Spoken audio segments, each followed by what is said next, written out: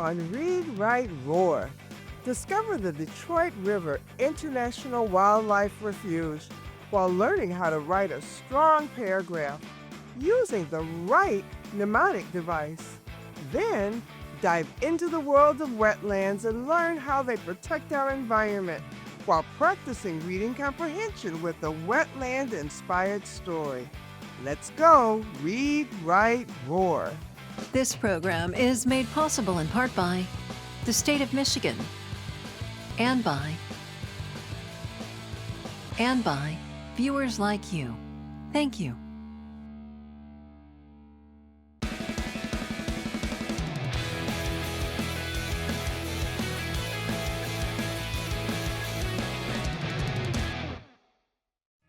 Did you know there's only one international wildlife refuge on the continent of North America? It's the Detroit River International Wildlife Refuge located in Trenton, Michigan. I'm Mrs. DeFaw, and I'm excited to learn alongside you about this important place. A refuge is a place that protects plants and animals. Sometimes wildlife needs help to stay safe from danger. Two nations or countries, Canada and the United States, work together to create this international wildlife refuge. Inter is a Latin prefix that means between. The Latin suffix "al" makes the word an adjective to describe how this refuge is between two nations. To learn about the Detroit River International Wildlife Refuge, we need to read and write about our topic. Today, we will learn how to use a mnemonic device to help us remember some steps we may follow as readers and writers. A mnemonic device is something we use to help us remember. A popular mnemonic device for remembering the 5 Great Lakes in Michigan is the word HOMES: Huron, Ontario, Michigan, Erie, Superior. Today's mnemonic device is the word WRITE. WRITE stands for 5 steps we can use to learn about a new topic. What's my topic? Read about my topic. Include important information. Tell more about that information. Ending. The first step is to know what we are going to write about.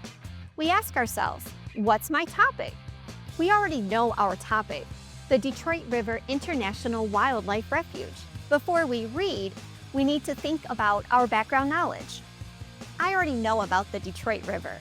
I understand what wildlife is, and I know a refuge is a safe place. To learn more and build my knowledge about this topic, I need to follow step 2 and read about our topic. I typed into a search engine, Detroit River International Wildlife Refuge.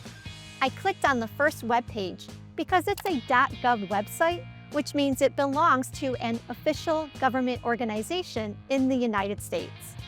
Because I need to learn about the Detroit River International Wildlife Refuge, I clicked on About Us. Let's read the first 2 paragraphs together. The only international wildlife refuge in North America, Detroit River International Wildlife Refuge, is located along the lower Detroit River and western shoreline of Lake Erie, just 20 miles south of Detroit, Michigan, and 50 miles north of Toledo, Ohio. Situated in a major metropolitan area, the refuge's location is unique, as is the history of how the refuge was created. In 2001, Detroit River International Wildlife Refuge was established by Congress as a result of efforts by U.S. and Canadian politicians, conservation leaders, and local communities to build a sustainable future for the Detroit River and Western Lake Erie ecosystems.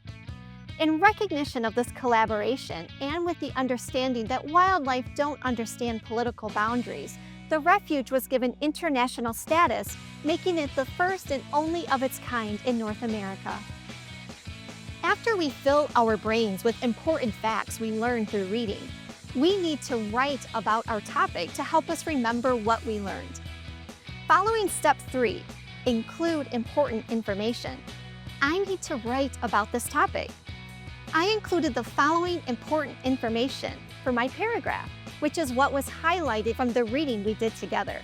The Detroit River International Wildlife Refuge is the only one of its kind in all of North America. It was created by Canada and the United States. These 2 countries work together to help protect wildlife. Next, I need to follow step 4. Tell more about that information. Depending on my audience, I might tell more about 1. What I think about my topic, or 2. What I learned about my topic.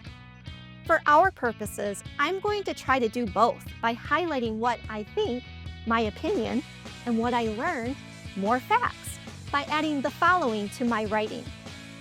I'll start with some language that shows I am sharing my opinion. I think such collaboration is so helpful for the plants and animals in the Detroit River and Lake Erie.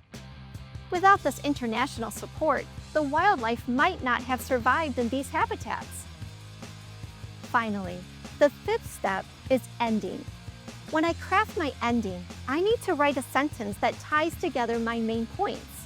I need to think back to my main topic and repeat it.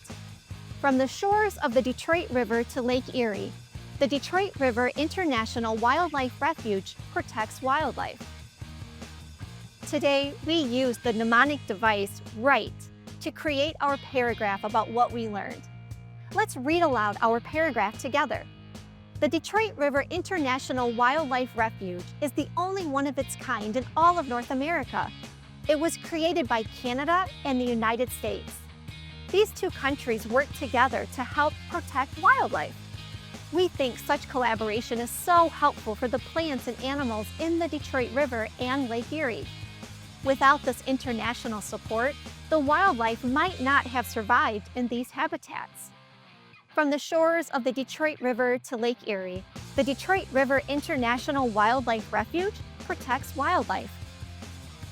The next time you learn about a new topic, you might want to use the mnemonic device WRITE to help you remember the steps you need to follow when reading and writing about a topic.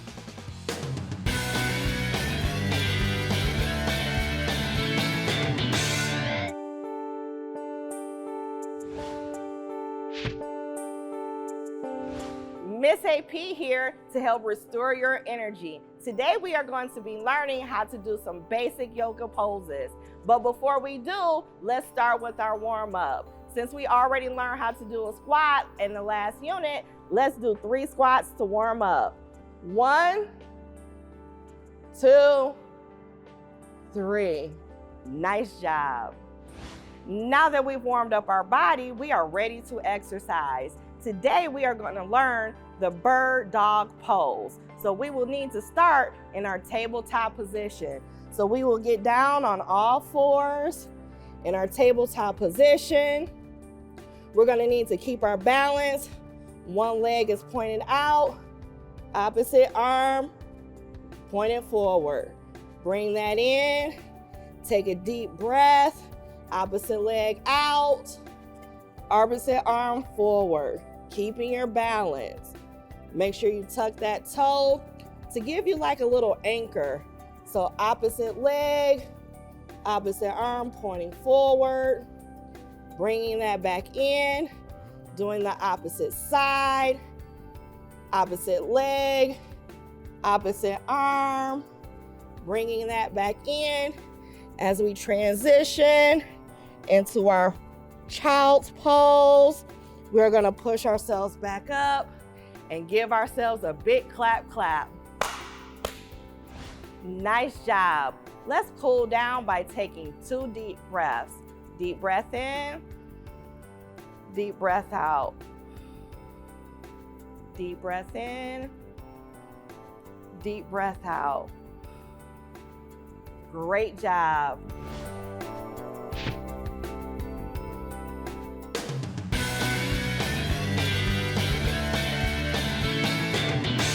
I'm thinking about the film scene I've been working on, and I just realized it's all about me and my observations about what is happening in the pollinator garden. But what about the creatures who live in the garden and their observations and thoughts? Oh, hello, scholars. I'm Media Literacy Maddie. Maybe I should include what these creatures are wondering about as well. When I do this, I'm considering a different perspective or point of view. This means a different opinion or way of saying something compared to someone else. I already have the camera shots that I need with the bee flying around the flowers, Maybe I should write the script as if I was inside the bee's head. Maybe I will write something like, "My legs or pollen baskets feel so heavy now that they are full of pollen." Let's find Miss Kara. She's watching a film about the March on Washington, while also learning about point of view in film. Scholars, it's so good to see you. I've been viewing the documentary film Detroit's Walk to Freedom to the March on Washington, 60 Years of Civil Rights Legacy. This film was produced by One Detroit for Detroit PBS. As I watched this documentary film, I wondered about what different people who were spectators and not interviewed for the film were thinking as they watched the participants march down Woodward Avenue in downtown Detroit. We already know that people who marched in the parade felt proud, but what did others think? Well, she has to see this in action. And she also gets to see mom at work in a number of ways. She also needs to see mom marching down, and she needs to get the opportunity so that 10 years from now, 20 years from now, 30 years from now, she'll be able to say she participated in the march as one of the first steps toward her own fight for freedom for all of us. Do you have a piece of paper and a pencil handy? If not, keep track of your thoughts to the question I'm about to ask. Write down what you think Charity and her daughter are thinking as they are walking in the March for Freedom. What was their point of view? I wrote that they were feeling excited. What did you write or think? This appears to be a police officer. They weren't interviewed for the documentary, however, they were at the march. Based on their job or even from the location of where they're watching, what do you think is their point of view about the march in downtown Detroit? Now think or write some more with me. What do you suppose this police officer is thinking? What is their point of view? I wrote, the officer is happy because the march is peaceful. Here is another participant in the march. They weren't interviewed either, but I wonder what they're thinking. They are looking around and waving to someone. Does the participant know the person they are waving to, or are they just being friendly? We're going to think or write one more time. What do you think this person's point of view is about the march? I wrote, they are proud to have the march happening in their city. It's important for media makers to take the time to find out different points of view, especially when they create projects like documentary films. This helps viewers understand the whole story and not just one side or perspective. It also helps the viewers look at different opinions while learning new things. In documentary films, showing different points of view makes the film more fair, accurate, and truthful. It also helps the audience understand the topic better. The next time you do research for a school project, whose points of view will you include to make sure you're telling the whole story about your topic?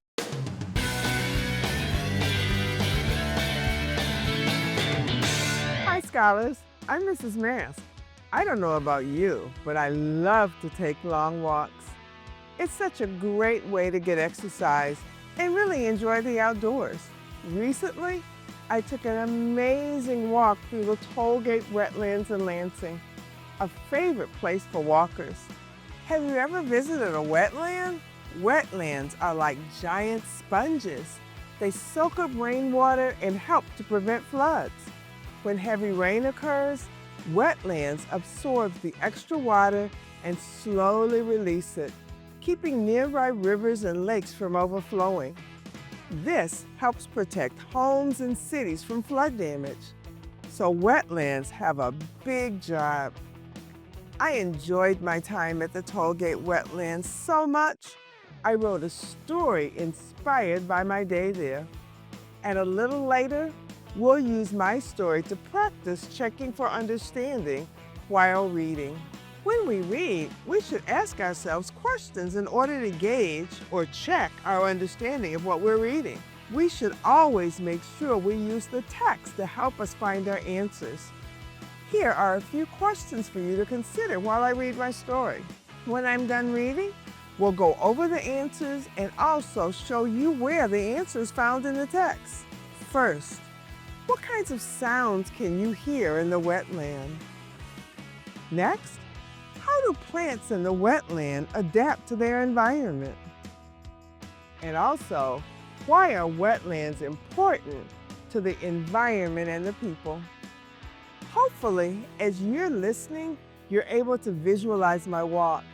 I worked really hard to be very descriptive and use the 5 senses when creating images with my language.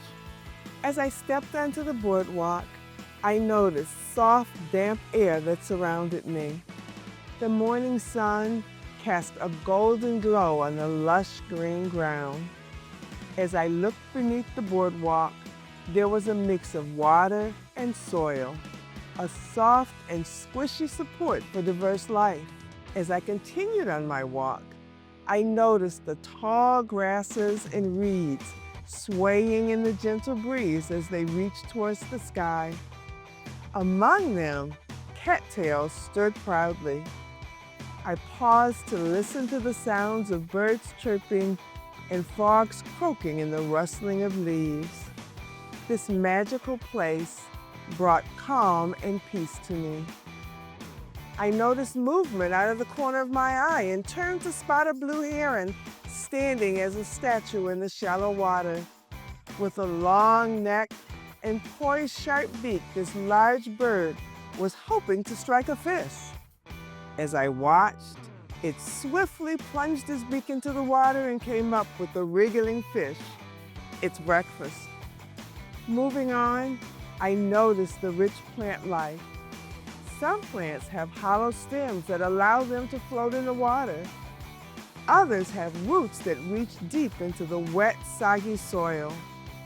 These plants provide food and shelter for the many creatures that live here, thus a thriving ecosystem. The ground is covered with water, but isn't a lake or a river. As I walked and heard the birds chirping, it's caused me to stop and observe my surroundings. I started to notice animals close to the water.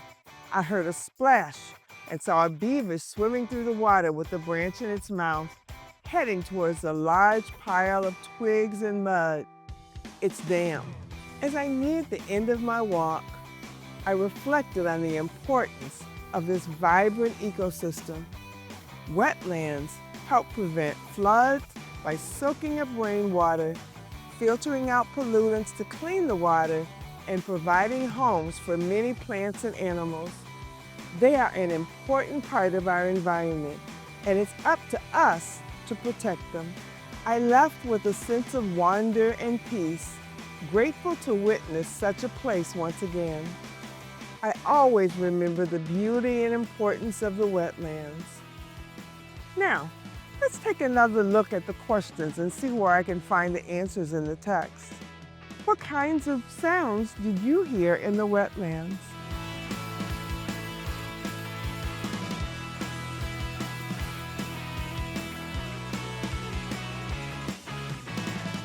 How do plants in the wetland adapt to their environment?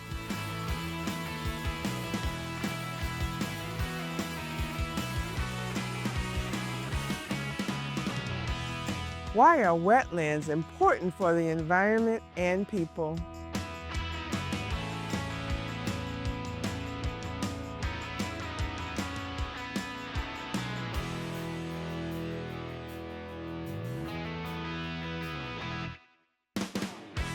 Great work answering those questions. Looking back at the story was definitely helpful. You probably noticed that some of our answers were easy to find, but others we had to look a bit closer in the text. The more we practice, the better we'll become at finding and using text evidence to support our answers. Keep exploring and analyzing. Each read-through brings new insights.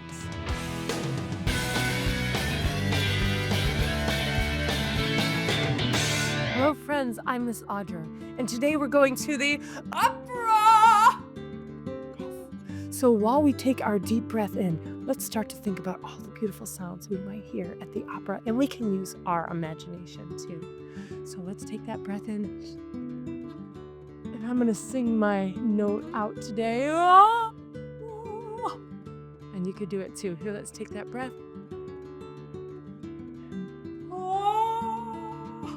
So all the sounds you might hear at the opera, right? there could be those really high notes, or somebody singing a tenor voice, or somebody backstage is saying 5 more minutes. Maybe an usher is saying, take your seats, turn off your phones, or maybe it's the audience shuffling in or even applauding. So think about the sounds you're gonna make. And don't forget to make a hand movement, or you can use your whole body if you have the space, okay? On the count of 3, and I'm gonna listen, and I'm gonna add my own sound too. 1, 2, 3.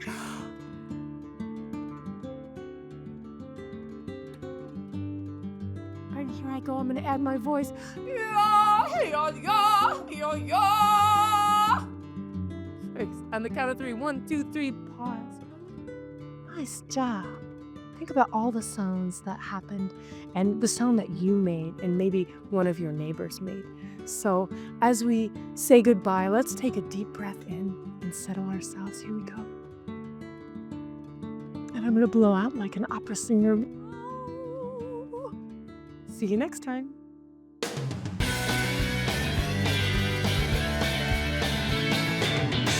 Do you ever find complicated words when you're reading? I know I do. I'm Mrs. Murda. Today we'll learn to use word parts to read and understand unknown words. Recently, while reading about wetlands, I found some difficult words. Here's one. First, let's circle the prefixes. A prefix is a word part added to the beginning of a word to change its meaning. Do you see a prefix? It's EN. EN sometimes means in or into. It is often pronounced as N or in. Next, let's circle the suffixes. A suffix is a word part added to the end of a word to change its meaning. Do you see a suffix? The suffix MENT is pronounced mint. Next, let's mark the remaining vowels. Vowels help us break words into syllables. Every syllable has at least one vowel and only one vowel sound. Which vowels do you see? We see I and O. Since there are 2 vowels, we expect to find 2 syllables here. Let's split these syllables between the I and the R. Let's say the word parts. Environment.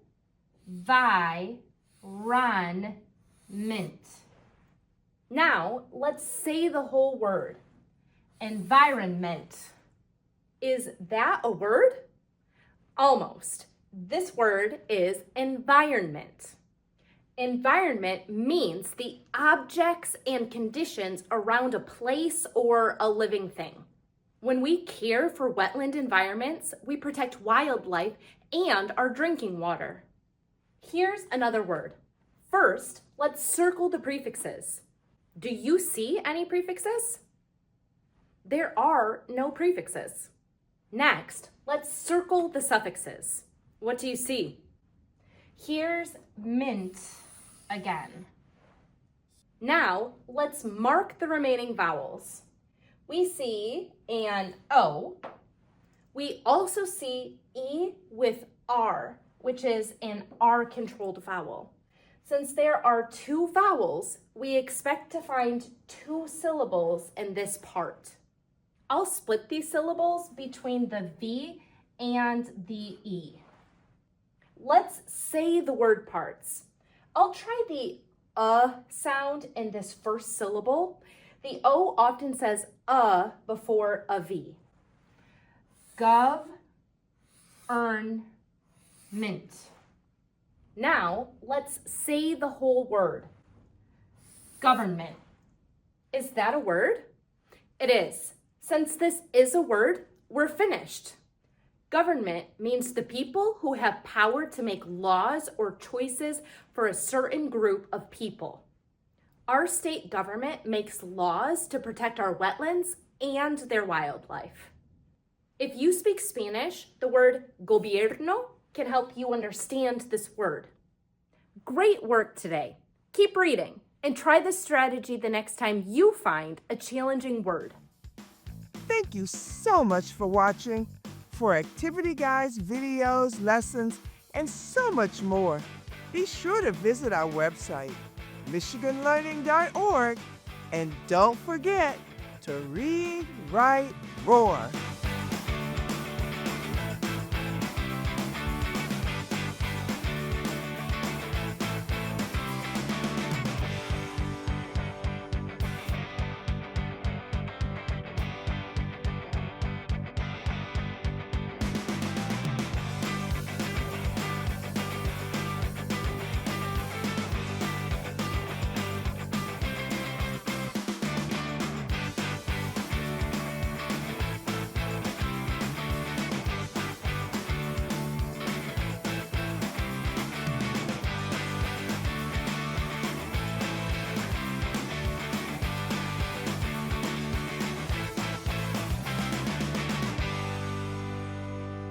This program is made possible in part by the state of Michigan and by